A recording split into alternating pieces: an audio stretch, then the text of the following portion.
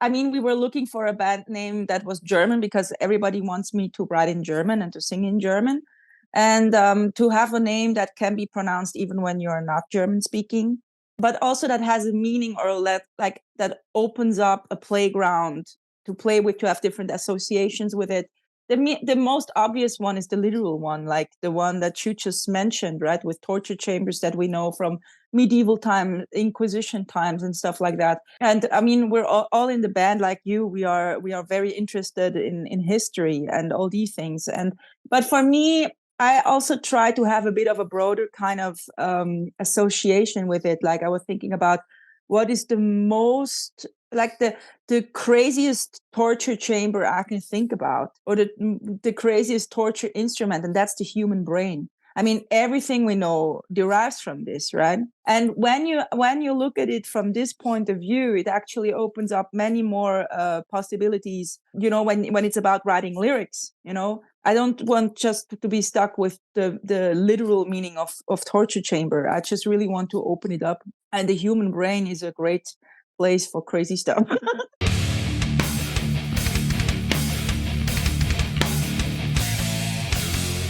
What's up, everybody? It's Keefy at ghostcultmag.com. I am back once again with another interview. I am super stoked to welcome in Andromeda Anarchia, I hope I said that correctly, of Folterkammer and other projects. How are you doing today? I'm doing really fine. I just had a stomach flu, but I'm feeling better now. Oh my gosh, I'm so sorry. Stomach flu is good for only one thing, losing some weight quickly for like that bikini idea. Exactly. If you need to lose some weight to get into a suit jacket or a bikini, a flu is the thing, but not really enjoyable otherwise no, not for at anybody. All. Sorry to hear that. And also not good if your tool is your voice. You don't want to be sick. I was a vocalist for many years. I also had classical training, which we'll talk about. Wow. It'll come up later when I try to butcher. Are you a tenor? These German songs. I was kind of a baritone. I think as a little boy, I probably was, stuck with the tenors. But as I got older, they put me, we had an actual baritone section in my school, my music school. So, nice. But yeah, it's a long time ago. And then I sang rock and heavy metal. So I used to turn that opera stuff into, I thought it was like, oh, there's no difference between, Pavarotti and Bruce Dickinson. I thought it was all the same. Of course. But the teachers didn't like it. They were mad at me. They were pissed about all my heavy metal hair and shirts in the 80s and 90s. But oh well, sucks being them. So let's talk. I've followed your career for a long time. I'm originally from the East Coast, and I live in California now. But I followed you for a while. Like you stood out to me immediately when I was still living in Brooklyn in 2018, and I was like, okay, this is a person, not just even the band, I was like, this is a person I have to pay attention to as a person that's concerned with heavy music, but also musical talent. I think there's a lot of amazing vocalists in the world, but surely I have really enjoyed you across your albums, and even I got to see you live once. So thank you so much. But this is the first time we got to meet. So let's just hear a little bit about how you got started as a singer. What was the first thing that made you want to be a singer? And were you, was it always classical influenced music, or was there other things in there in the beginning? Well, let me take you back right to the beginning, the day I was born. It was because I think that's where it all started. That's a true story, actually. I was a complicated birth. My mom and I almost died. So they took me away from her immediately after birth for checkups. And obviously, I cried so loud in that big hospital that people from upper levels were calling what's going on with that baby, that she's crying so loud. And at some point they brought me to my mom and they were like, well, good luck with her. Well, that was it. I think I was always a very vocal person. Like I was always trying to imitate all the sounds. The first thing I did, I was like an early talker and a late walker. I don't know if that makes any sense, but whatever I could do with my voice, I wanted to do it. I started to talk very early, even long phrases. And I was always intrigued by everything that sounded like music. And my mom was singing with me all the time. Both of my parents loved all kinds of music and encouraged us to play instruments and to sing and to do things with music. And I think the voice was the most natural to me. I was always like crazy, imitating languages, imitating singers I've heard, sounds I've heard. I was playing instruments too, just playing around with them. That was how it all started, in fact. I actually started with classical guitar and then piano. But I was always singing too. But my mom said at some point, maybe you should have a classical singing training because it will give you a good foundation. I was actually never really listening to opera, to be honest. And I remember when I was like 16 and I started to sing having classical lessons, I was like, wow, that sounds like hysterical chickens. When you're 16, it was like I was listening to all kinds of music, but not opera. And I didn't have a connection back then yet to all these stories. It felt so far away from where I was at this time, as a teenager. And but I had a great professor, and he actually encouraged me to study, to enroll and to really focus on that. He wanted me to be a traditional opera singer. And I didn't feel like it at all. So I started doing that, and I felt like, wow, I started to grow into it and to also admire all the technical aspects. It's such a difficult art form, but still I could not connect, because you may know that when you are starting to develop your voice, to train it, you need time and patience to grow into your sound. So my voice fach is actually the one of the type of voice I have is a dramatic coloratura soprano. So very high, very strong and agile. But when you start with your training, you don't normally sing the dramatic literature right away, because it's not yet there. And then you could also damage your voice if you go too hard into it. And my professor was wise about that. And he let me sing songs I was not really interested in, like I never wanted to be like the cute princess, the one that sounds beautiful and stuff. I wanted to be the witch and, the prostitute, like all the badass women. And I felt like, no, that's not it. I don't want to stay with this. And he was really disappointed, I think, too. But I said, I want to compose my own music, and I want to also check out different styles of singing. And as you said too, the teachers normally don't like that, the classical ones. Like the older generations, they were a lot into, this will damage your voice, or this will damage your sound. And I knew, no, people were doing screams and stuff since like 20, 30 years, and they never lost their voices. So there must be a good technique about that too. And I really wanted to figure out how to do it. I went to the jazz department, and then I felt like a bit and like an outsider, because my voice was really high and it was trained to sing without any amplification. And in jazz, normally women have like mezzo or alto voices, very, very beautiful, velvety sounds, right? And I have that high, sharp pitch, loud voice. And I felt a bit, it was a great time, and I learned a lot about making music. But as a singer, to always sing on that certain level of dynamics and never to, do more like I was used to, I felt a bit, I didn't feel at home yet.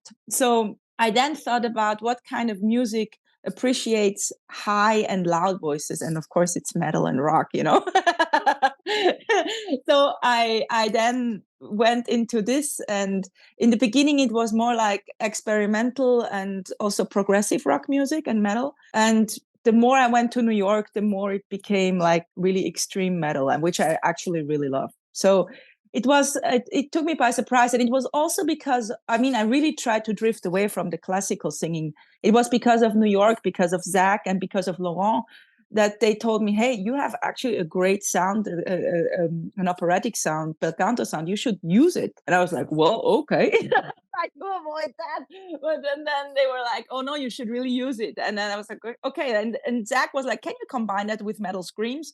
And I was like, I can try. And that's what we did. And that's how everything became, at some point, Folterkammer and also La Suspendida. Yep, we're going to talk about that in a little bit. I'm a huge fan of Laurent. He's wonderful. We've met and interviewed him and support. I love Kilter and I love Kenny. And, me too. And Edward. I love that. It's actually one of my more favorite things. And I miss seeing them live. We can talk about La Suspendida in a second, but sure. Thank you for unpacking all that. It's a very complicated, like, how do I become who I am? It's a process. It's a long story. Yeah. I was once told that if you want to compare opera singer, compare musical styles to instruments. An opera singer is like you have to be a flautist, you have to be a trumpet vocally, you have to be a saxophone, and jazz singer is like an oboe or a French horn, very muted, very restrained at times. You can be wild and free, but also like you have to learn the restraint, and that takes, like you said, time, patience, and a good teacher. I've also seen bad teachers who are just like drill you. It's not like being in a punk rock or a thrash metal band where you could drill the riffs and learn how to play quickly and get good and get practice and learn a chemistry. It's the voice is really, I think most vocalists don't even really come into their own till later in life, and nobody learns that. Rock singers never learn it until they're like, you learn so and so learned how to sing in his 40s, or they learned how to sing in their 30s, and they turned 35, and now they can wail because it all clicked over years of muscle training and technique and just kind of drilling and all those things. So very interesting stuff. I don't get to nerd out enough about vocal prowess with people, so forgive me again. The music school nerd comes out once in a while. It's a long time ago, but the work is still in there. The work I did, and we all did. So then there's this band, the ethos of this band. There's always a very striking visual style. You are not afraid to be yourselves. You have a lot of fun.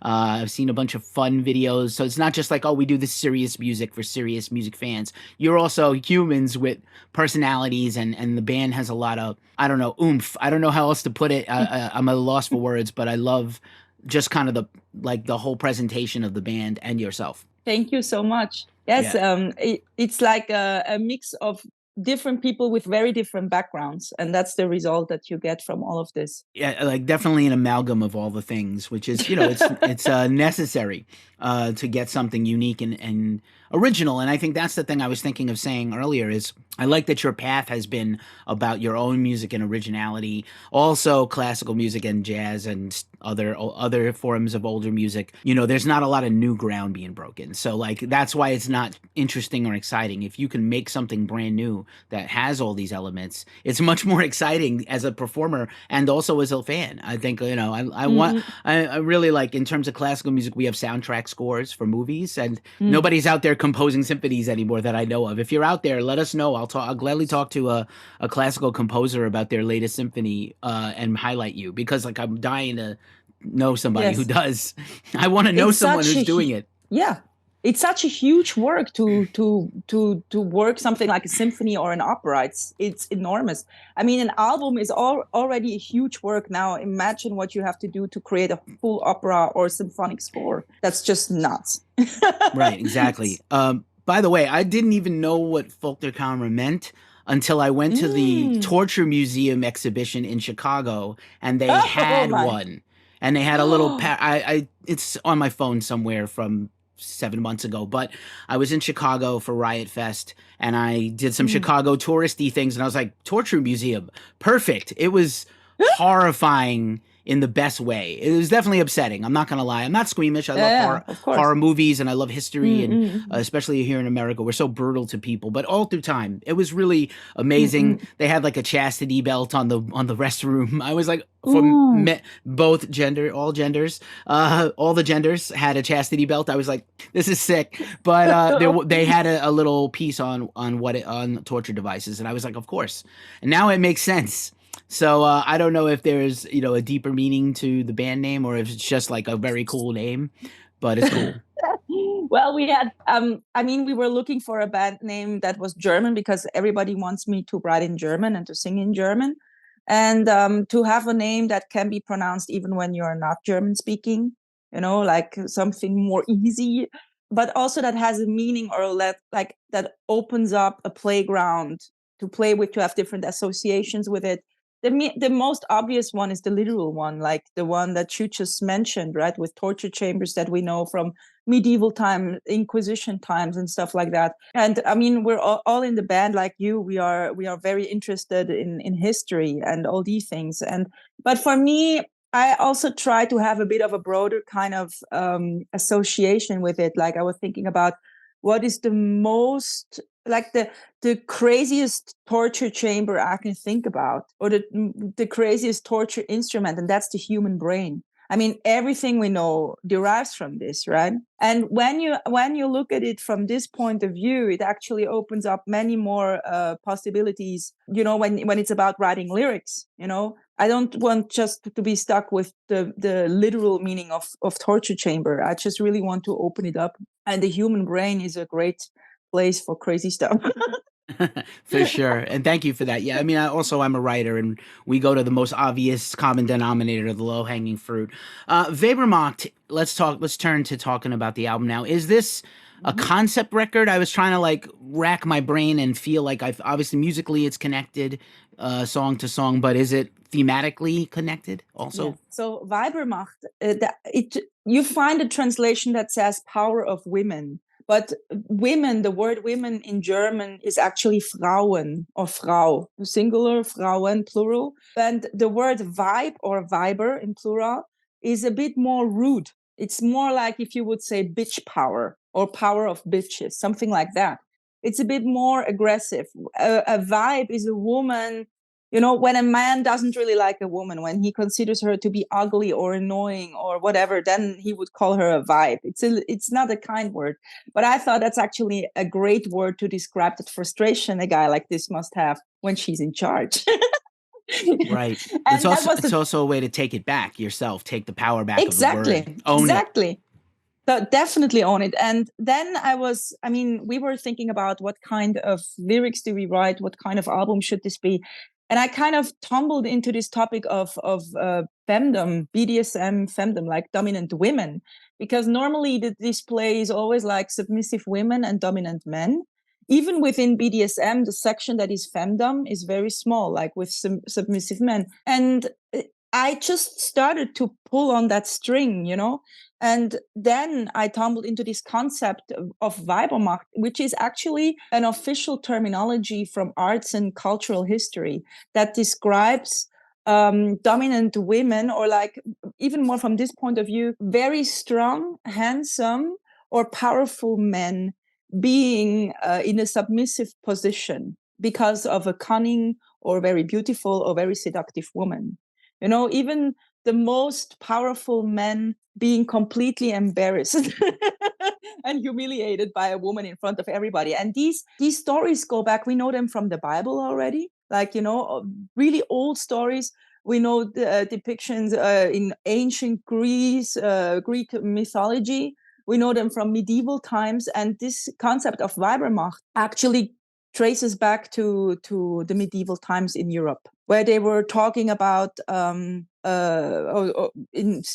were like oral histories or even written ones by monks and nuns, but there were also a lot of songs and paintings and sculptures which were about this topic. I mean, imagine Europe during that time where everything was so strict with Christianity and stuff like that, and all of a sudden there is this sinful image of a dominant woman, not submissive, not obedient, but dominant, in charge over a man. Whoa. And I thought that's actually really interesting, because with Folterkammer, I always try to portray strong women, whatever we associate with them. On Lederpredigt, the first album, it was a vicious goddess, very abusive, very destructive. This time I wanted to portray somebody else, another kind of archetype of strong woman we know.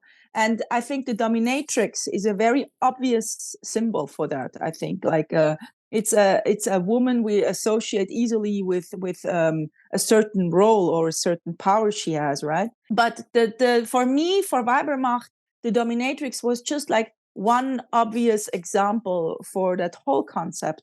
I wanted to translate this into modern times and to continue this tradition of depicting, you know, this image of powerful women and submissive men. But it's the overall story, not just about the dominatrix, but of course, it has a very visual aspect to it, which really works well, not just for writing lyrics, but also for visual portrayals, you know. Amazing. I could talk about this topic all day long. Literally, I have these conversations weekly. I live in San Francisco, down the block from the most infamous leather bar in the country. Oh, And it's okay. I have some experience in the lifestyle. So yeah, I'm all Oh my. about it. We can't do it now, but this would be a great follow-up interview sometime. Or so, I mean, like, yeah, there's so many directions, and especially again in music, in metal music, in these subgenres related to us. There's so many great topics, not to mention in general in this time with all the, the terrible patriarchal issues in America and elsewhere in the world. Yeah. We need to celebrate and uplift powerful women anyway and give them, their due. Yes, Anywho, and not also. I also think not. Sorry for that. No, go ahead. Not also powerful women, but also men who can submit and be. You can relax and lean back and say, "Hey, take charge." Like that's totally fine, and we should embrace that also. That indeed, that's great. And so it's always the both. Yes, exactly. Yes. Equal time. Really quick, I just want to make sure we're good on time. Do you have like another 15 minutes so we can do the track listing? No, I'm okay, good. Just want to check. I always want to be respectful, people. I interviewed a couple of people who had like back to back, so I don't want to go over. No, I'm fine. I don't. Yeah, good. Okay. So, pivoting over to the album, let's do a little track by track. Please forgive me again. My German is very out of date and rusty. And please, and no offense to anyone out there if I butcher your language. Latin I got in the bag, so no problem there. But German, I was always very good at it. It came naturally to me. I have some background in Eastern Europe, so I think we all have the related, Polish, Hungarian, German. They're all Dutch. They're all a little similar. But yeah, so the album starts off with just like a phenomenal opening track, Anno Domini. Yes, Anno Domini was like, I don't know how this came about. Actually, it was just a wordplay because we all know the AD, right? Anno Dominum, the year of the patriarch kind of god figure we have in mind, and I just played around with dominatrix, and that's it. So, and I wanted to open this album with the year of the dominatrix. It was like a word play, or it's not from a Latin point of view, it's not the perfect Latin, but it's a word play. So and we all in the band, we love humor, so that's a part of it too. And it's a song that introduces a new time. Well, that's it. That's what it is about, the time of the dominatrix, of the strong, cunning woman. Nice. Time for a new age. We're about to get it. Exactly. The second track is Lech mich. Yeah, Lech mich, which has, in German, it has a double meaning. So the literal meaning, Lech mich, lick me, it's very close to English, actually. And there is also this meaning of, ach, leck mich, or leck mich am Arsch, which basically means fuck off, like, go away, or leave me alone, or something like that. And it's more like a dialogue between a dominatrix and her submissive servant, or however you want to call the man in his position, in his submissive position. And she's just giving orders. So it's one of the tracks that is more about the inaction situations of the interplay between a dominant woman and a submissive man, whereas Anno Domina is more of an overall introduction to the topic as a song. So the motive of Weibermacht, as you asked in the beginning, it's the concept that runs through every song, but in a different way. So that's what I try to explain now. No, that was perfect. No notes. Chef's kiss. The third track, and here we go with the difficult ones, Die Unterwerfung. Yes, Die Unterwerfung, which means the submission. This is a song that talks about the story of Aristoteles and Phyllis. It's a very known story, and it has been told in German-speaking areas in Europe since the medieval times. And before I started to write for this album, I did a lot of research. I love to do that. I love to dig through historical documents, folkloristic things. I want to read about songs, and I read so many books and papers about femdom and about this concept of Weibermacht and dominant women in history. And I tumbled over this story of Aristoteles and Phyllis. Aristoteles being this wise man who was hired by a king to teach his son. And he fell in love with one of the women who had a secret affair with the king's son. and he was jealous and told the king about this affair and stuff and so forth. And she took revenge on him, and since she felt that Aristoteles has a crush on her, so she forced him to show his admiration by being all naked and going on his knees, and to let her ride through the garden of the castle. But she told everybody that they should come and watch and see him, that she's able to make such a man make himself a fool. I don't know if my English is good enough for that, but she embarrasses him in front of the king, and he had to go. That's the story, that's what they told in Europe during this time, and monks were transcribing this story. And in this song, I actually quote original passages in medieval German in the beginning of the song, of these writings from the monks, from that time.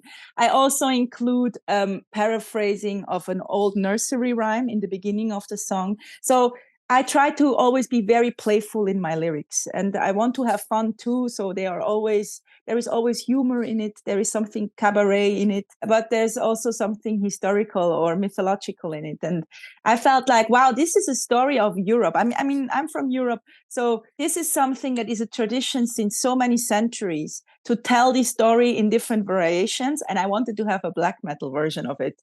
So I wanted to exactly right.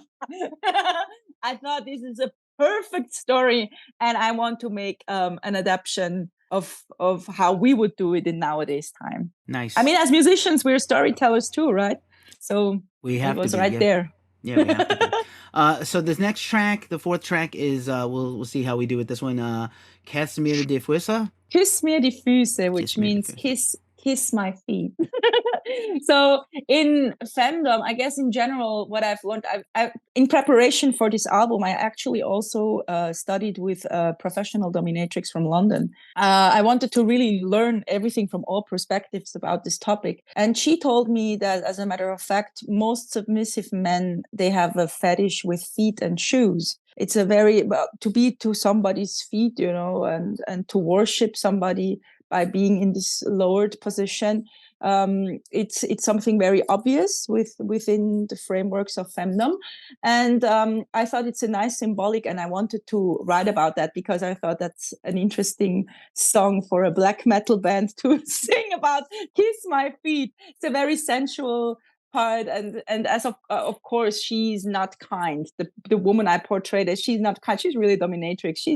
She's taking pleasure in humiliating her servant, and he has to kiss her feet and worship her feet. And I thought that's just too much fun to write a black metal tune like this. Yeah, that's amazing. Good times. And you hear stilettos walking on it too, right? Yep, I noticed that too. I was like, here there's only one unmistakable sound in the shoe world, and those who know. Algolagnia is the next track. Yes, Algolagnia, that's Greek and translates to the pleasure you have when you feel pain. I mean, we all have different sensitivities when it comes to visual, audio, or whatever senses. Also with pain. I mean, like spicy food. Some people, they prefer spicy food and others really don't. We have different tolerances. Right. And I think with a sexual pleasure you can experience when you experience pain or feel pain, it's something similar. For some, it's really something disgusting. And I don't know if that's the correct word, like repulsive or like something you don't want. And for others, it's something sensual and interesting and even, how do you say, arousing. And I wanted to write display a song that describes the pain, like you hear it with all these screams, but there is also a pleasure in it. And I paraphrase one opera, like Electra from Strauss. There is a passage which I used and rephrased it. And then there is one called by the beautiful Galatea. That's an operetta from Franz von Suppe. And I also paraphrased this part and I mixed it all together. And I wanted to celebrate those people who enjoy this. When there is pain in something, there is beauty in pain too. And so that's Algolagnia. Mm. No notes. Again, Herren der Schwerter is the next one. Herrin der Schwerter, yes. That means the mistress of swords. It's dedicated to a woman that really existed in France. She was a celebrated and also a notorious French opera singer. She was notorious because of the fact that she liked to wear men clothes during a time where it was really not accepted to do that. And she was a very good sword fighter. And she was, of course, because she belonged to a society, because of her being an opera singer, a famous one. She was invited to balls, dances, and she was gay, so she fell in love with women, and she dueled the guys, in a sword fight to have a kiss from the woman she liked, and she even killed men. She was really good at fighting, and she was even pardoned by the king twice, at least that's what I read, which is unbelievable, in fact. But that was because she was so famous, I guess. And also it's a woman who was able to kill a man. Ooh, how can this be possible? So she was a true scandalous person. And I thought that's actually interesting, since she was an opera singer and we combine opera or elements of opera with black metal. I thought she was one of the women I have to portray on this album. A historical figure. Yeah, it sounds like you really enjoy getting into these characters in addition to sort of writing in their voice and mind. That's great. And the fun fact is that this song was actually written in Paris. Zach came to Paris and we were hanging out at Laurent's place, and that's where we wrote it. Amazing. All right. I bet his house is fun, having met him, and he's so, he's such a musical genius. I'm sure his house is all little treasures and things an artist of his caliber would have. This next one's brutal. I practiced it like 10 times. Let's see how bad this is. Das Peitschengedicht. Das Peitschengedicht. All right, close. That's a hard one. Close. Yes. That's a hard one. Thank you. The poem of the whip. Well, it's like, the lyrics are a bit like when you watch a German femdom porn movie. I wanted to write lyrics like this and to make a choir that sings in the background as a contrast. And it's also the one song that is like a bridge to the older album stylistically. Das Peitschengedicht is like a mix from one to the other album, and it was also the first single release of the new album. Das Peitschengedicht, it's really a poem about a poem of the whip, which is a torture instrument we associate with femdom or BDSM in general. It's what I describe in this song from the lyrics point of view is how she writes her poem onto the back, into the flesh of the submissive man, and that she signs it with his blood, something like this. Very bloodthirsty lyrics, very black metal, actually. Yeah, that's this song. That's a good one. Yeah, that's probably my favorite on the album, or second favorite. Maybe the second favorite. Yeah, I love that track also, especially now that I know what it's about. And then the last track, the album closes with Venus in Furs. Oh yes. I mean, there is this obvious thing that this book was written by Zachary, right?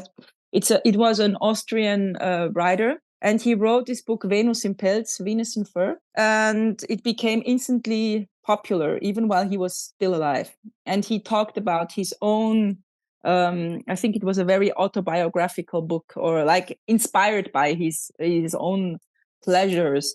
And because of this book and because of him as a writer, we use the word machos for masochism. It derives from his name, right? And this book, I reread it again as a preparation for the album writing process. I was like, I remembered this song by Velvet Underground, and I thought it could be great to have a cover song, because we didn't do that on the first album, and it was so obvious, Also, we are New York born. The Velvet Underground were from New York. They had a German singer, Nico, who was singing with them, and she had her accent when she sang. That's me too. When I sing in English, when I speak, you hear my accent.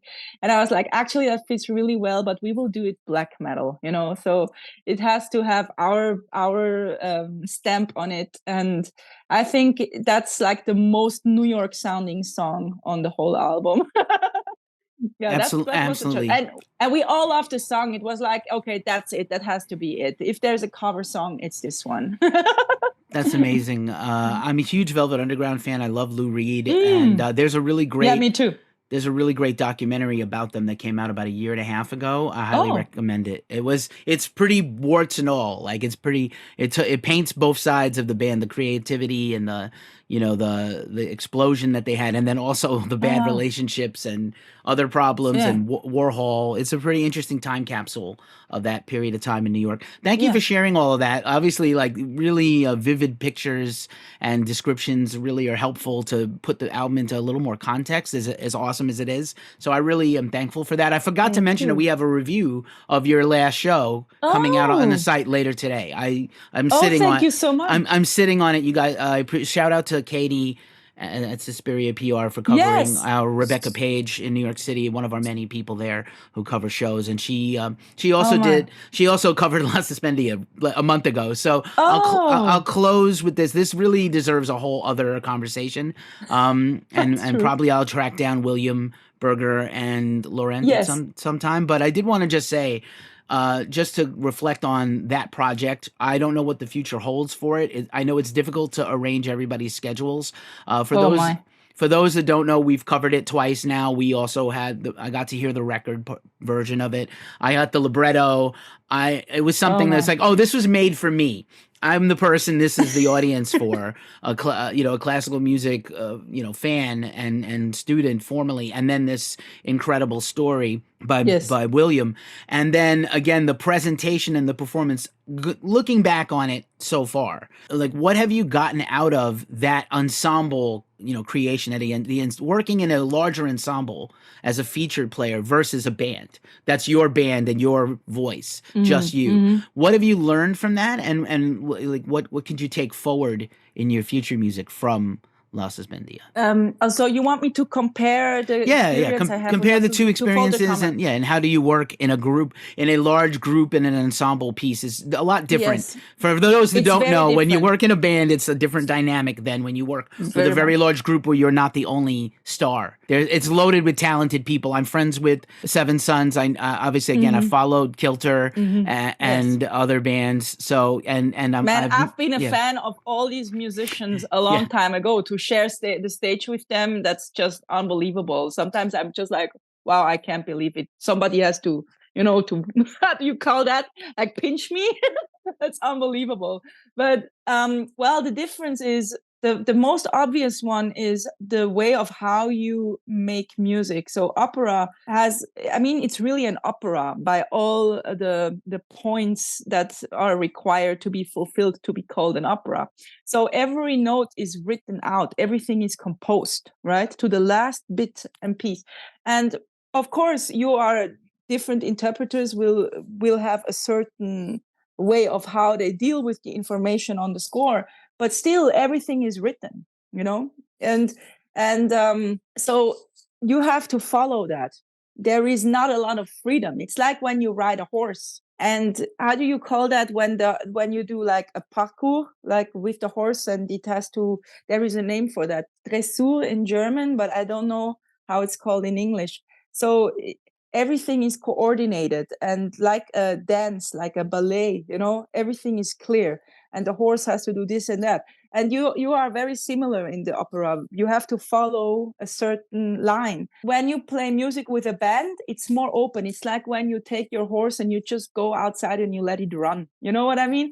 Like I do from the singing point of view, or from the technical point of view, what I do as a singer, it's very similar. Right, I mix the bel canto with metal screams and even some modern singing approaches. With Folterkammer, I'm more free. I can have some outbursts, some spontaneous ones, like a jazz musician. I can do that on stage, or it's more dynamic, ad hoc. In this very moment, or ad lib, as you want to call it. It's more free, or more instantly expressive. I don't know if that makes any sense.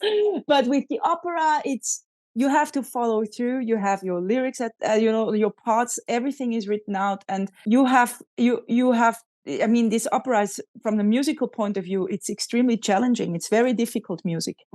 which is not typical for opera, unless maybe contemporary operas. But normally, what is the challenge with La Suspendida is these parameters of the opera is, for me, more of a horizontal thing. You know, the classical music works in the dynamic way, which is more horizontal. Modern music, like jazz or metal, is more vertical. It's groove orientated or like rhythmical, doof, doof, doof. But the bel canto voice travels in a horizontal way, right? The sounds start to develop when you hold notes. But in modern music, it's more like this. And to find a middle way of having that sound and to work with groove, it's really difficult. So, and with the opera, it's very defined where things have to happen. With Folterkammer, I can also play a bit on the spot. When I hear something great is happening, I can just let it flow. You know what I mean? I can even adapt the lyrics on stage depending on what is going on. I couldn't do that with the opera. That's not possible. You have to follow the libretto. And that's good. And it both is challenging, both is a lot of fun, but in very different ways. The way how you sing, even you use the same techniques, but it's a very different way of performing, actually. Mm-mm. Awesome. Thank you so much for that. You know, a lot of these interviews are very back and forth and a very Q&A. And sometimes I do interviews and I learn a lot. So I learned a lot today. Thank you so much, Andromeda, Thank you for too hanging out for with having us and for all of your support. Yeah, it's my Thank you. pleasure. Thank you so much, and look forward to chatting with you again sometime. Thank you. Yes, please. Of course, Weibermacht comes out on Century Media Records April 19th. Yes. This will probably air sometime after. We'll link everything in the description for people to find you and find all your things. And thanks for hanging out with Ghost Cult. I appreciate you. Thank you so much. Thank you, Ghost Cult Magazine. Thank you. Take care. You too.